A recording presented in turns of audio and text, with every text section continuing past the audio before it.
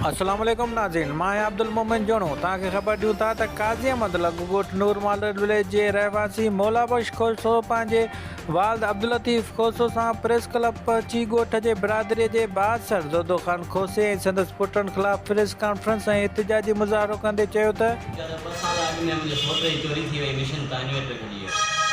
जंहिंमें असां केस दाख़िल करायो न्याल खोसे ते इजाज़ खोसे ते माजिद खोसे ते वाजिद खोसे ते जेके दोदे जा पुट उहे बसि में मिलाव कयो। उन खां बाद में मुंहिंजे सोट सां विड़िया विड़ण जे बाद वरी मां शाहिद थियो केस में शाहिद थियो उहे गिरफ़्तार थिया केस हलियो ॼाण थियो फ़ैसिलो थी वियो। फ़ैसिले थियण खां बाद में जेको तो मां शाहिद हुनजे करे जेको मूंखे धमकी वेठो ॾींदा रहिया बाबा तोखे मारींदासीं तोखे ईअं कंदासीं तूं सोटे पाए शायदि ॾिनी आहे मां गॾी मुस्किन आऊं मुंहिंजो सोट आहे तव्हां नाजाइज़ी कई आहे पर जिते मां बनी ॿार ते वञा मुंहिंजो दस पंद्रहं जलण मुंहिंजी ताड़ कहिड़ा कहिड़ा इजाज़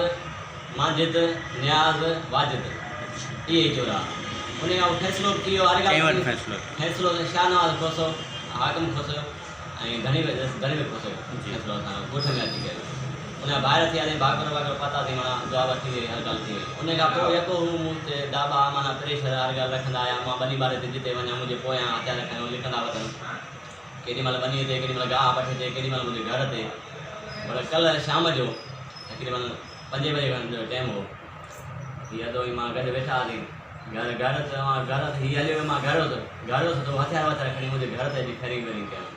फेरिंग कर मां कोट टपी फसलो पासे में मां फसल में लिखी वेही रहियसि त पोइ वरी जेके हीअ पोइ वरी मां घर मोटी आयुसि इन करे मुंहिंजो इहो गुज़ारिश आहे एस पी